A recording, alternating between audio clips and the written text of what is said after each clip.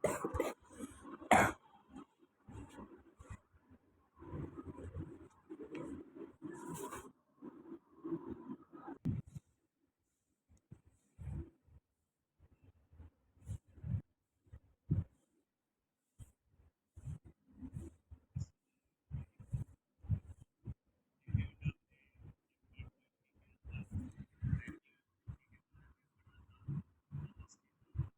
बात पड़ी थी कि रेडियो एक्टिविटी के अंदर कुछ न्यूक्लियाई होते हैं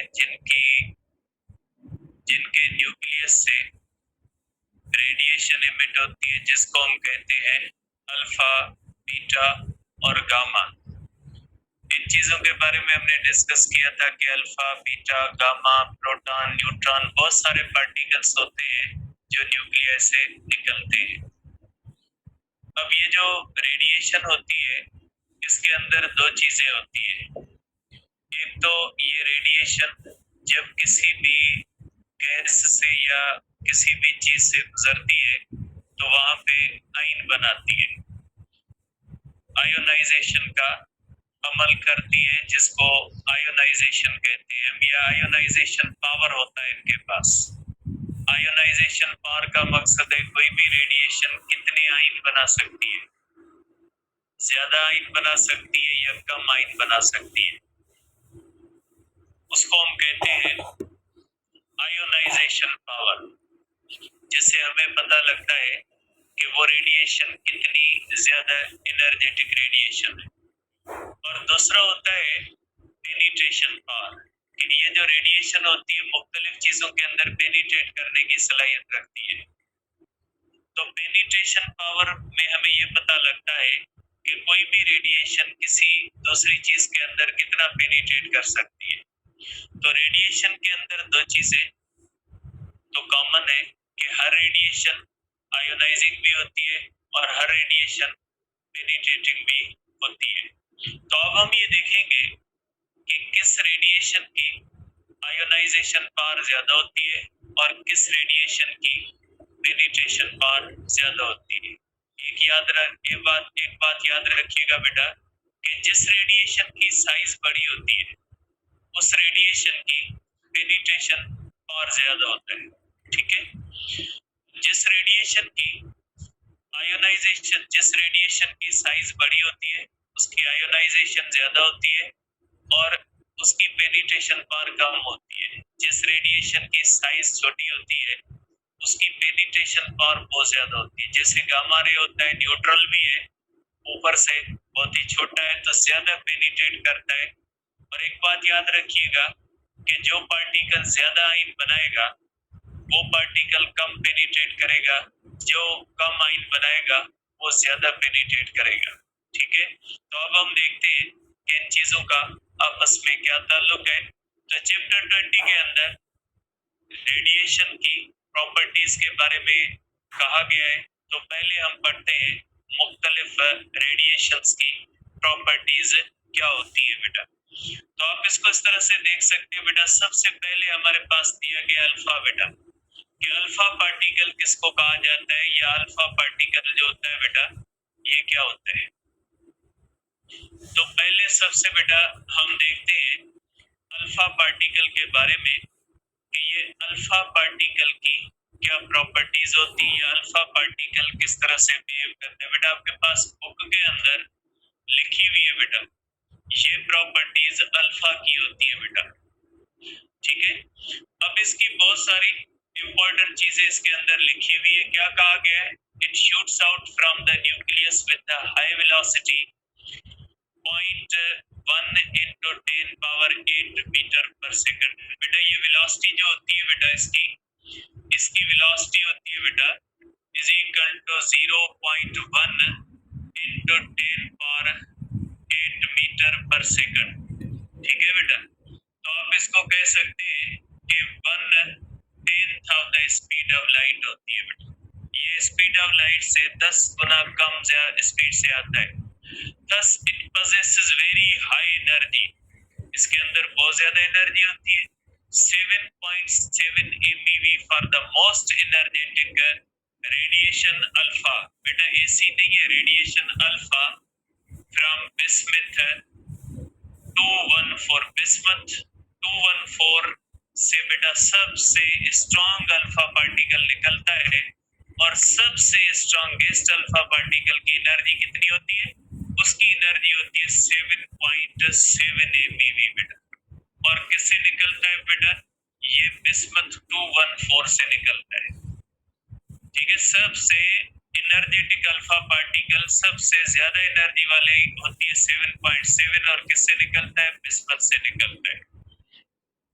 due to its large size बेटा, अल्फा की साइज सबसे बड़ी है रेडिएशन में क्योंकि इसके अंदर 2 प्रोटॉन होते हैं 2 न्यूट्रॉन और सबसे ज्यादा चार्ज भी है इसके पास बेटा क्योंकि इसके पास 2 प्रोटॉन होते हैं। बीटा के अंदर 1 इलेक्ट्रॉन होता है, बीटा गामा के अंदर 1 इलेक्ट्रॉन होता है, प्रोटॉन अकेला होता है लेकिन इसके अंदर 2 प्रोटॉन होते हैं। सबसे ज्यादा चार्ज है बेटा एंड हाई एनर्जी और इसके पास एनर्जी भी बहुत ज्यादा होती है बेटा क्योंकि मास भी ज्यादा है, चार्ज भी ज्यादा है। It can make very large number of bullions बेटा। नंबर ऑफ बुलियन का मकसद है number of ions, number of bullions बेटा। ठीक है, ये किससे रिलेटेड है बेटा? नंबर ऑफ आइन से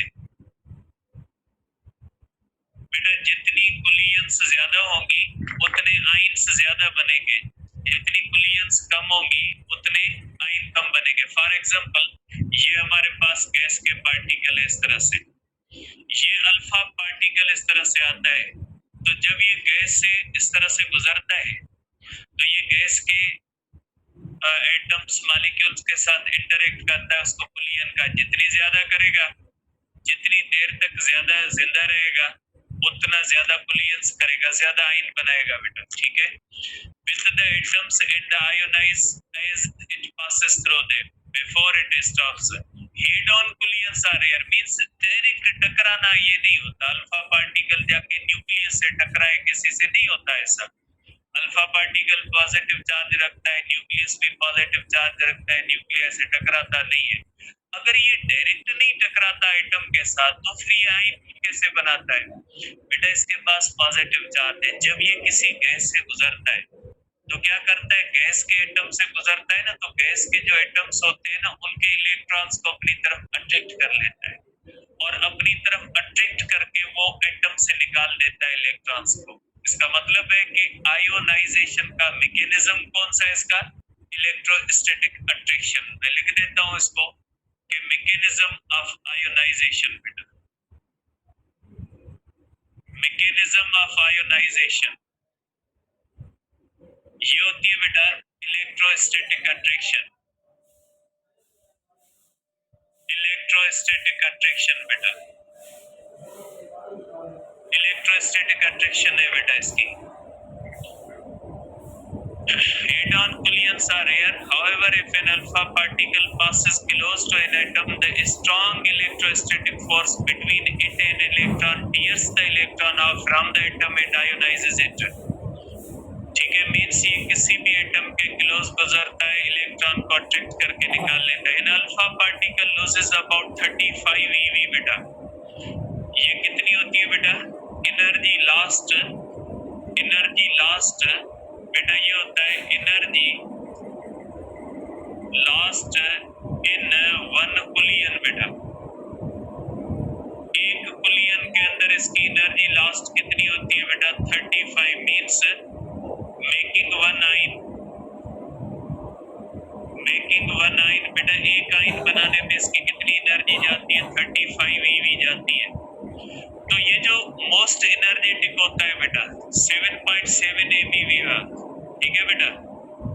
number of ions produced by alpha from bismuth बेटा 214 वाला, इसके कितने होंगे बेटा? इसके नंबर ऑफ आइन्स होंगे बेटा, नंबर ऑफ आइन्स होंगे बेटा 7.7 eV अपन 35 eV। क्योंकि बेटा आपको पता है कि उसके पास एनर्जी इतनी है, एक आइन बनाने में इतनी एनर्जी जाएगी तो कितने आइन बनेंगे बेटा? इसमें लिखा हुआ है आपके पास कि 0.2 10 पावर 6 साइंस बेटा, 0.2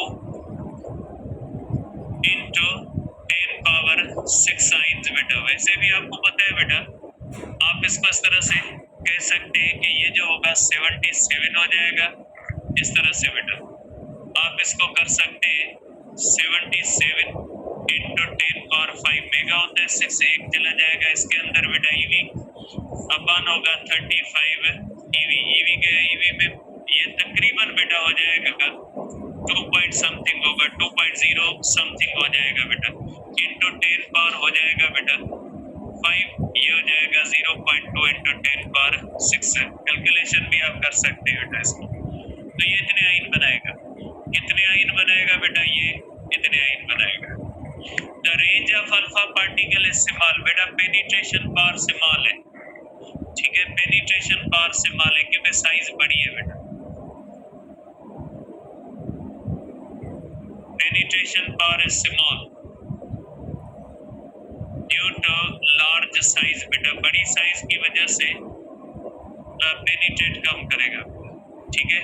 पेनिट्रेशन पावर कम होता है about 7.7 into 10 power -2 metre in air, हवा के अंदर सिर्फ ये 7 इंटू 10 पावर -2 बेटा मीन्स 7 सेंटीमीटर, एयर के अंदर ये सिर्फ 7 सेंटीमीटर तक चलेगा, उसके बाद इतने आइन बना के रुक जाएगा। And only 4 into 10 power -5 metre in aluminium, aluminium के अंदर बहुत ही थोड़ा जाता है, एल्यूमिनियम के अंदर बिल्कुल नहीं जाता, फार्दर 7.7 है, ये भी ये वाला 7.7 वाला, बाकियों की तो इससे भी कम होगी। Thus metal sheets form good shield for alpha particle बेटा, अगर कहीं पे अल्फा रेडिएशन है, आप उससे बचना चाहते हैं तो आपके ऊपर जो शील्ड होनी चाहिए वो होनी चाहिए मेटल की, क्योंकि ये एल्यूमिनियम के अंदर भी बहुत ही जो है वो थोड़ा जाता है, मीन्स मेटल्स इसको रोक लेंगे बेटा, ठीक है। The number of ions produced by an alpha particle or its range in air is measure of its energy बेटा, अल्फा या बीटा या गामा इसकी एनर्जी कितनी है उसका पता दो चीजों से लगता है, एक तो वो एयर के अंदर कितना जाता है और दूसरा वो आइन कितना बनाता है। अगर अल्फा पार्टिकल को देखें तो वो एयर के अंदर तो थोड़े डिस्टेंस तक जाता है, लेकिन वो बहुत ज्यादा आइन बनाता है, इसका मकसद है उसके पास एनर्जी ज्यादा है। तो या तो वो बहुत ज्यादा आइन बनाए तो भी कहेंगे एनर्जी ज्यादा है, या तो वो ज्यादा एनर्जी ज्यादा चाहे एयर के अंदर ट्रेवल करे तो भी हम कहेंगे उसकी एनर्जी ज्यादा है, लेकिन अल्फा की बहुत ज्यादा है क्योंकि उसके पास आयोनाइजेशन पावर बहुत ज्यादा है बेटा, ठीक। अब देखिए, alpha particle produces fluorescence on striking certain substances such as zinc sulphide and barium platinocyanide बेटा, ये जब इनके ऊपर गिरता है ना, जब अल्फा पार्टिकल इनके ऊपर जो है वो बेटा इसके अंदर कैल्शियम टंगस्टेट होता है, जैसे जिंक सल्फाइड होता है, बेरियम जो है वो प्लैटिनोसाइनाइड होता है, इनके ऊपर जब गिरेगा ना तो हल्के हल्के रोशनी के धब्बे बनना शुरू हो जाएंगे इस तरह से, तो आपको पता लग जाएगा कि इसके ऊपर अल्फा पार्टिकल गिर रहा है या कोई भी चार्ज पार्टिकल गिर रहा है बेटा। तो ये हो गया आपके पास पहला पार्टिकल। दूसरा पार्टिकल कौन सा होता है बेटा, दूसरा पार्टिकल होता है आपके पास ये बेटा, ये होता है प्रोटॉन्स बेटा, ये आ गए आपके पास प्रोटॉन्स बेटा। ये क्या होते हैं प्रोटॉन्स बेटा, देखिए बेटा, ये जो प्रोटॉन होते हैं बेटा, आपको पता है कि प्रोटॉन के अंदर बेटा इसका चार्ज 1 होता है और मास भी 1 होता है, पॉजिटिव चार्ज वाला पार्टिकल है। अल्फा पार्टिकल से कंपेयर करें तो इसकी साइज 1/4 है और इसकी चार्ज हाफ है, क्योंकि अल्फा के अंदर 2 प्रोटॉन होते हैं, अकेला प्रोटॉन है, मीन्स अल्फा के मुकाबले में चार्ज कम है, अल्फा के मुकाबले में साइज भी कम है, एनर्जी भी कम होगी। इसका मकसद है आयोनाइजेशन पावर इसका कम होगा, क्योंकि आयोनाइजेशन पावर जितना ज्यादा होगा उतनी एनर्जी ज्यादा होगी। A proton is also positively charged particle with properties similar to the alpha particle, क्योंकि वो भी पॉजिटिव चार्ज रखता है, ये भी पॉजिटिव चार्ज रखता है। Its mass is 1/4, 4 गुना कम है, and charge is 1/2 of that of an alpha particle. It is smaller in size, छोटा है साइज में 4 गुना as compare to alpha, it carries less energy, बहुत ही कम एनर्जी है इसके अंदर एट द सेम वेलोसिटी। अगर अल्फा पार्टिकल और प्रोटॉन सेम वेलोसिटी से जा रहे हैं ना तो अल्फा के अंदर ज्यादा होगी और प्रोटॉन के अंदर कम। कंपैरिजन हमेशा सेम वेलोसिटी में की जाएगी, ऐसा नहीं कि अल्फा जा रहे हैं बेचारा स्लो स्लो और प्रोटॉन जा रहे हैं बहुत हाई स्पीड से, आप उसको कंपेयर करने बैठ जाते। स्पीड्स पैरामीटर सेम रख के कंपैरिजन की जाएगी। Obviously it suffers fewer collisions, बेटा इसकी कम collision means come ion with the atoms of the medium as compared with the alpha particle, it penetrates the medium to greater distance। बेटा जो ion कम बनाएगा penetrate ज्यादा करेगा क्योंकि उसकी एनर्जी लूज नहीं हो रही। आयन बनाते हुए एनर्जी लूज होती है, इसकी अगर आयन कम बनाता है तो एनर्जी कम लूज होगी, ज्यादा पेनिट्रेट करेगा और ऊपर से इसकी साइज भी छोटी है। तो greater distance about 5 to 10 times before stopping. बेटा अल्फा और प्रोटॉन सेम एनर्जी वाले हैं तो अल्फा के मुकाबले में ये 5 से 10 गुना ज्यादा पेनिट्रेट। शर्त ये कि दोनों की सेम एनर्जी हो। जब हम देखते हैं ना पेनिट्रेशन पावर किसका ज्यादा है तो हम ये कंसीडर करते हैं दोनों की एनर्जी कितनी है। सेम एनर्जी पे आप देखेंगे अल्फा की एनर्जी भी उतनी हो, प्रोटॉन की भी उतनी हो, फिर आप देखोगे पेनिट्रेशन किसकी ज्यादा है किसकी कम है। Its ionizing power is also much less। ionizing power बहुत ही कम है क्योंकि कम कुलियन करता है, about 1/5 that of the alpha particle। The mechanism of ionization is however identical। means mechanism of ionization कौन सा है बेटा? mechanism of ionization attraction बेटा इलेक्ट्रोस्टैटिक अट्रैक्शन बेटा, इलेक्ट्रोस्टैटिक अट्रैक्शन अल्फा की सेम है बेटा क्योंकि अल्फा भी अट्रैक्ट करता है ये भी अट्रैक्ट करता है, दोनों की सेम है बेटा। अब हम करते हैं बेटा गामा को कि गामा क्या होते हैं। ठीक है बेटा, गामा पार्टिकल क्या होता है या गामा की क्या होती है बेटा प्रॉपर्टीज इस तरह से देखिए बेटा गामा की क्या प्रॉपर्टीज होती है। गामा क्या होता है बेटा? Gamma rays are very high energy electromagnetic radiations of extremely short wavelengths emitted from the nuclei of radioactive atoms originating from the high energy transition of the nucleons in the nuclei.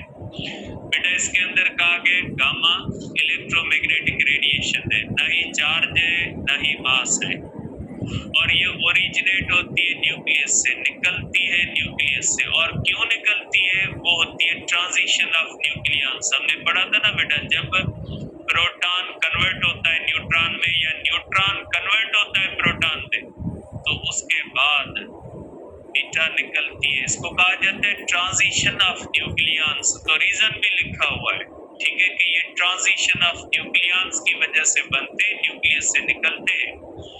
ठीक है, they are accompanied with the emission of alpha और beta particle. Alpha और beta के बाद ही निकलते हैं क्योंकि हमने डिस्कस किया था अल्फा और बीटा जब निकलते हैं तो कंजर्वेशन ऑफ मोमेंटम होती है, अल्फा आगे जाता है, बीटा पीछे, जो न्यूक्लिया होता है ना पीछे रिपेल करते हैं जैसे गन बुलेट का होता है। तो जब अल्फा बीटा निकलते हैं ना तो पीछे न्यूक्लियस को एक्साइटेड छोड़ देते हैं और जब न्यूक्लियस अपनी एक्साइटेशन छोड़ता है ना तो वो गामा रे की सूरत में इमिट करता है। ठीक है, they carry no charge and no rest mass but possess very high energy of the order of several MeV। बहुत ज्यादा इनके पास एनर्जी होती है। they penetrate for greater distance in the material media as compared to alpha or beta particle। बहुत ज्यादा penetration power होता है क्योंकि न्यूट्रल होता है, न मास है न साइज है, कोई रोकने वाला है नहीं, आयन बहुत ही कम बनाता है, आयनाइजेशन पावर बहुत ही कम है। Very energetic gamma rays are capable of penetrating several centimetres of concrete. Concrete की दीवार सबसे मजबूत मानी जाती है रेडिएशन के खिलाफ, एटम बॉम्ब प्रूफ भी होती है, उसके भी सेवरल सेंटीमीटर के अंदर चले जाते हैं। Like ultraviolet rays and x rays, gamma rays are also capable of ionizing even far more strongly the atoms of the medium they pass through Being a photon, a gamma ray can produce ionization in three ways. कि बेटा ये x raise और ultraviolet rays की तरह ही है, क्योंकि वो भी इलेक्ट्रोमैग्नेटिक रेडिएशन है, ये भी इलेक्ट्रोमैग्नेटिक रेडिएशन है। ये आयोनाइजेशन तीन तरह से कर सकता है। जैसे ये फोटो इलेक्ट्रिक इफेक्ट में होता है। फोटो इलेक्ट्रिक इफेक्ट में फोटोन जब मेटल के ऊपर लगता है, इलेक्ट्रॉन निकलता है, इलेक्ट्रॉन निकलेगा, जाहिर है पीछे आयन बन जाएगा ना। तो आयनाइजेशन का पहला तरीका, इनमें इसको कहा जाता है, it may lose all it's energy in a single encounter with the electron of an atom. Means photo electric effect में जैसे होता है ना, फोटोन पूरा एब्जॉर्ब हो जाता है इलेक्ट्रॉन के अंदर। मींस ये एक कुलियन के अंदर अपनी एनर्जी उसको दे देता है। It may lose only a part of its energy in an encounter. जैसे कम्पटन इफेक्ट में होता है, गामा पार्टिकल अपनी थोड़ी एनर्जी भी दे सकता है। कुछ एनर्जी उसने दी न्यूक्लियस को, बाकी एनर्जी अपने साथ लेके गया। तो गामा इतना एनर्जेटिक होता है कि टोटल एनर्जी देके इलेक्ट्रॉन को बाहर निकाल सकता है, आधी एनर्जी देके भी निकाल सकता है। ठीक है, very few of the very high energy gamma ray photons may impinge directly to the heavy nucleus, be stopped and annihilated, giving rise to the electron positron pair production। बेटा उसके बारे में कहा गया। Throw a gas, many of its photon may pass several centimeters without any encounter। बेटा जब ये gas से गुजरते हैं ना, तो लंबी डिस्टेंस तक गुजर जाते, कोई आयन नहीं बनाते। A good many, however, do have encounters with the electrons of the atoms which are knocked out with the production of ions। इनका मैकेनिज्म क्या होता है बेटा? ये तो है जो है वो न इसके ऊपर चार्ज है, न इसका मास है। ठीक है, तो ये क्या करता है, ये किसी भी चीज के अंदर डायरेक्ट एब्जॉर्ब होने के सिवा आयोनाइजेशन नहीं करता। इसके अंदर अट्रैक्शन नहीं होती, इसके अंदर रिपल्शन नहीं होती। ठीक है, जो होता है बेटा, ये गामा रेज न अट्रैक्ट करते हैं, न जो है बेटा ये गामा रेज जो होते हैं वो किसी भी चीज को बेटा रिपेल करते हैं। ये डायरेक्ट एब्जॉर्ब होने के बाद इलेक्ट्रॉन निकालते हैं बेटा। तो ये इस तरह से होता है बेटा। तो ये हो गया बेटा हमारे पास, this ionization is much less strong than that produced by alpha or beta particle। बेटा बीटा पार्टिकल अभी पढ़ा नहीं, पढ़ते बीटा पार्टिकल और अल्फा पार्टिकल से कम होती है। Since most of the photons are absorbed by electrons and substances rich in electrons, lead will stop most of the gamma ray photons and serve as a good shield against gamma rays। बेटा ये ऐसे material के अंदर जल्दी absorb हो जाते हैं जिसका वो रिच इन इलेक्ट्रॉन होता है, क्योंकि इलेक्ट्रॉन इसको एब्जॉर्ब करके आयोनाइजेशन कर देंगे और एक ही इनकाउंटर के अंदर ये खत्म हो जाएंगे। इसलिए वो मटेरियल जो रिच इन इलेक्ट्रॉन है वो इसके लिए बेहतर शील्ड होगा बेटा। ठीक है, अब आते हैं बेटा हमारे पास आगे कौन सी रेडिएशन है। ये हमारे पास है बेटा आगे जो हमारे पास रेडिएशन है, ये हमारे पास बेटा न्यूट्रॉन्स है। बीटा हमारे पास है नहीं बेटा, बीटा को देखते हैं। ठीक है बेटा, बीटा को एक मिनट में बीटा की पिक्चर का बता देते हैं। ये बीटा वाली पिक्चर है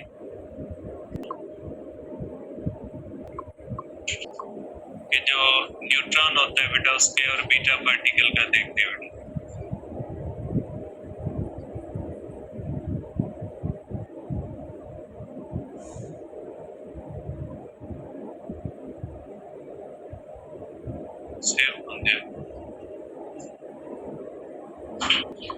देखिए बेटा न्यूट्रॉन के अंदर होता है, neutron is essentially emitted from the nucleus of an atom. Neutron बेटा न्यूट्रॉन जो होता है न्यूट्रल पार्टिकल होता है, ये ना अट्रैक्ट करता है ना रिपेल करता है। इसका और गामा का मैकेनिज्म सेम है। गामा भी डायरेक्ट कुलियन के बाद आयन बनाता है और ये भी डायरेक्ट कुलियन के बाद ही आयन बनाएगा। ठीक है बेटा, ये भी इस तरह से आयन नहीं बनाएगा जिस तरह से बीटा और अल्फा और प्रोटॉन बनाते, इस तरह से अट्रैक्शन कोई नहीं आती इसको भी बेटा। तो इसके अंदर भी जो बनते हैं बेटा वो इसी तरह से बनते हैं।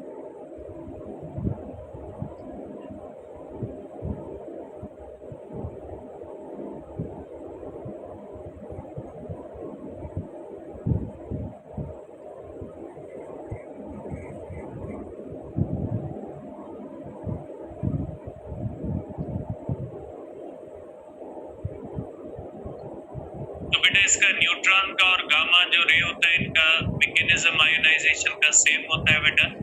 जो गामा होता है वो भी डायरेक्ट बुलियन से आयन बनाता है और न्यूट्रॉन भी डायरेक्ट बुलियन से आयन बनाता है। न्यूट्रॉन बेटा न्यूट्रल है।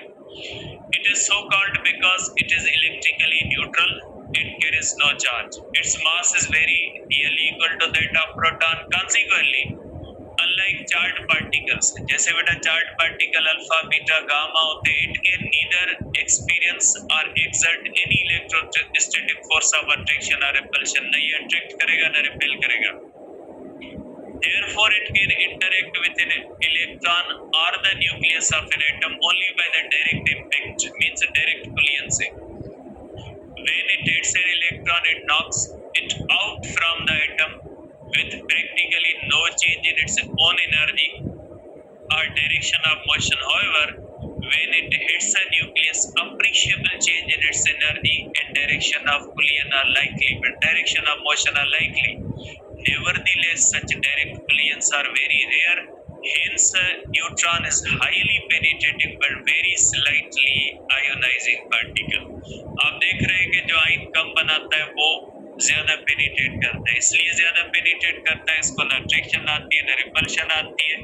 और ये इलेक्ट्रॉन के साथ बुलियन कर भी लेता है तो इसकी एनर्जी पे इतना फर्क नहीं आता, लेकिन अगर ये न्यूक्लियस के साथ करता है तो न्यूक्लियस इसकी एनर्जी को अच्छा खासा कम कर देता है। अब बीटा है बेटा, beta particle also ionises the atom of the medium along its path, but this ionization is much less than that produced by the alpha or a proton. Alpha और प्रोटॉन से कम होती है। इसका मैकेनिज्म होता है बेटा रिपल्शन, इसकी mechanism of ionisation होता है बेटा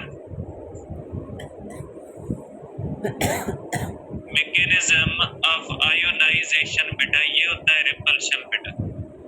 ये जब किसी भी इलेक्ट्रॉन के पास से गुजरता है तो उसको रिपेल करके निकाल देते हैं।